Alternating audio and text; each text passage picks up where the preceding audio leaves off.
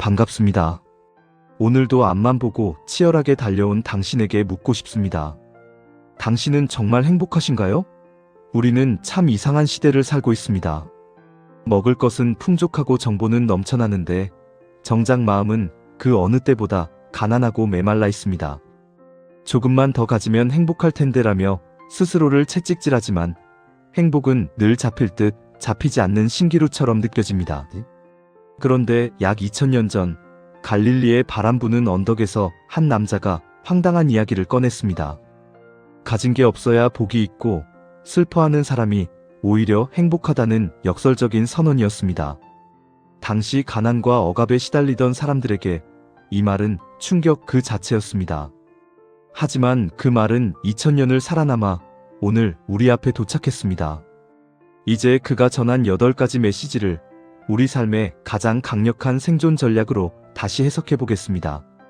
인생의 판을 완전히 뒤집는 역설의 세계로 여러분을 초대합니다. 첫 번째 전략, 마음이 가난한 자는 복이 있습니다. 이것은 단순히 통장 잔고가 비었다는 뜻이 아니라 자기 비움의 기술입니다. 우리는 남들보다 잘나야 한다는 강박과 고집으로 마음의 저장 공간을 꽉 채우고 삽니다.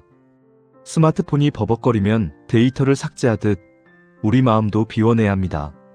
내가 완벽하지 않음을 인정하고 배울 자세를 갖추는 것이 바로 마음의 가난함입니다. 비워진 그 자리에 비로소 새로운 지혜와 평안이 들어옵니다. 하늘나라는 내 욕심이 비워진 바로 그 자리에 임하는 것입니다. 두 번째 전략, 슬퍼하는 자는 복이 있습니다. 우리는 눈물을 참는 법을 배우며 강한 척 살지만 예수는 제대로 울 줄 아는 사람이 진짜 강하다고 말합니다.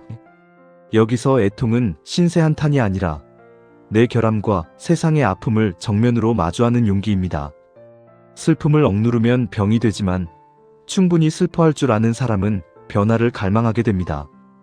눈물은 영혼의 먼지를 씻어내어 세상을 맑게 보게 합니다. 그 아픔을 솔직하게 내보일 때 세상이 줄 수 없는 깊은 위로가 시작될 것입니다. 세 번째 전략, 온유한 자는 복이 있습니다. 목소리 큰 사람이 이기는 것 같지만 결국 땅을 차지하는 것은 부드러운 사람입니다. 온유함은 나약함이 아니라 길들여진 강함입니다. 엄청난 힘을 가진 야생마가 주인의 지시에 따라 그 힘을 통제하게 된 상태와 같습니다. 온유한 사람은 자기 감정의 주인입니다. 누가 공격해도 똑같이 나를 세우지 않습니다. 태풍의 거대 고목은 부러져도 유연한 갈대는 다시 일어납니다.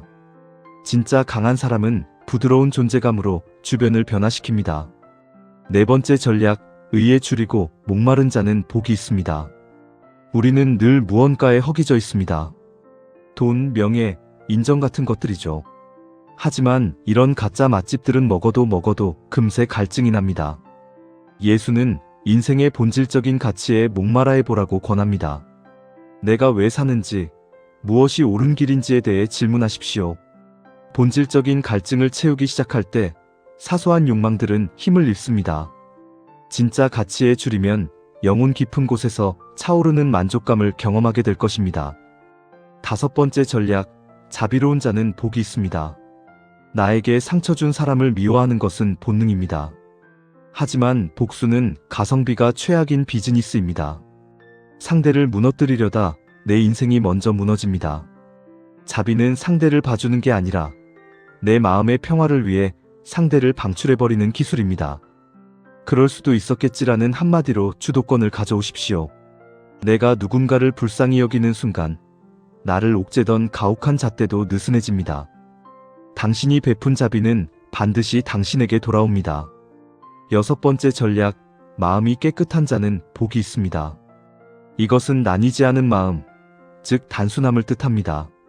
렌즈에 먼지가 끼면 앞이 보이지 않듯 마음이 탐욕과 걱정으로 뒤섞여 있으면 인생의 정답을 알아보지 못합니다. 불필요한 욕심을 걷어내고 마음의 해상도를 높여보십시오. 마음이 단순해질 때 비로소 우리는 나아갈 길을 선명하게 보게 됩니다. 그것을 종교적으로는 신을 보는 것이라 하고 삶에서는 본질을 꿰뚫는 것이라 부릅니다. 마음을 투명하게 유지할 때 진리가 모습을 드러냅니다.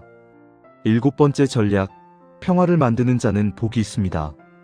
단순히 싸움을 피하는 방관자가 아니라 적극적으로 갈등을 풀고 다리를 놓는 설계자가 되십시오. 모두가 자기 이익만 챙길 때 전체의 조화를 생각하며 먼저 손을 내미는 사람은 어디서나 환영받습니다. 저 사람과 있으면 문제가 해결된다는 신뢰는 세상 그 어떤 스펙보다 강력한 무기입니다. 갈등의 전장에서 평화의 판을 짜는 능력이야말로 당신을 특별하게 만드는 최고의 리더십입니다. 8번째 전략, 정의를 위해 박해받는 자는 복이 있습니다. 새로운 인생을 살려 하면 주변의 비난과 시기가 따릅니다. 이때 기억하십시오. 비난은 당신이 제대로 된 길을 가고 있다는 확실한 증거입니다. 아무것도 하지 않는 사람은 비난도 받지 않습니다.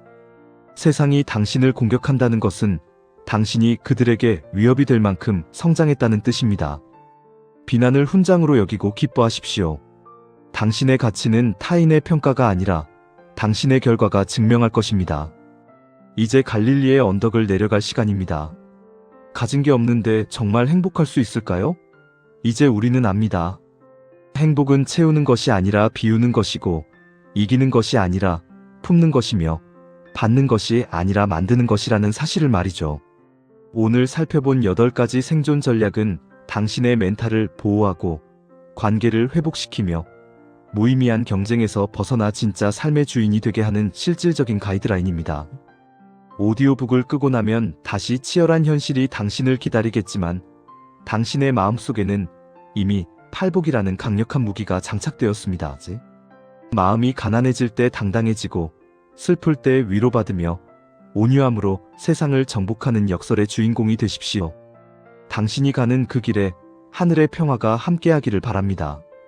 당신은 이미 이 세상에서 가장 복 있는 사람입니다. 들어주셔서 감사합니다.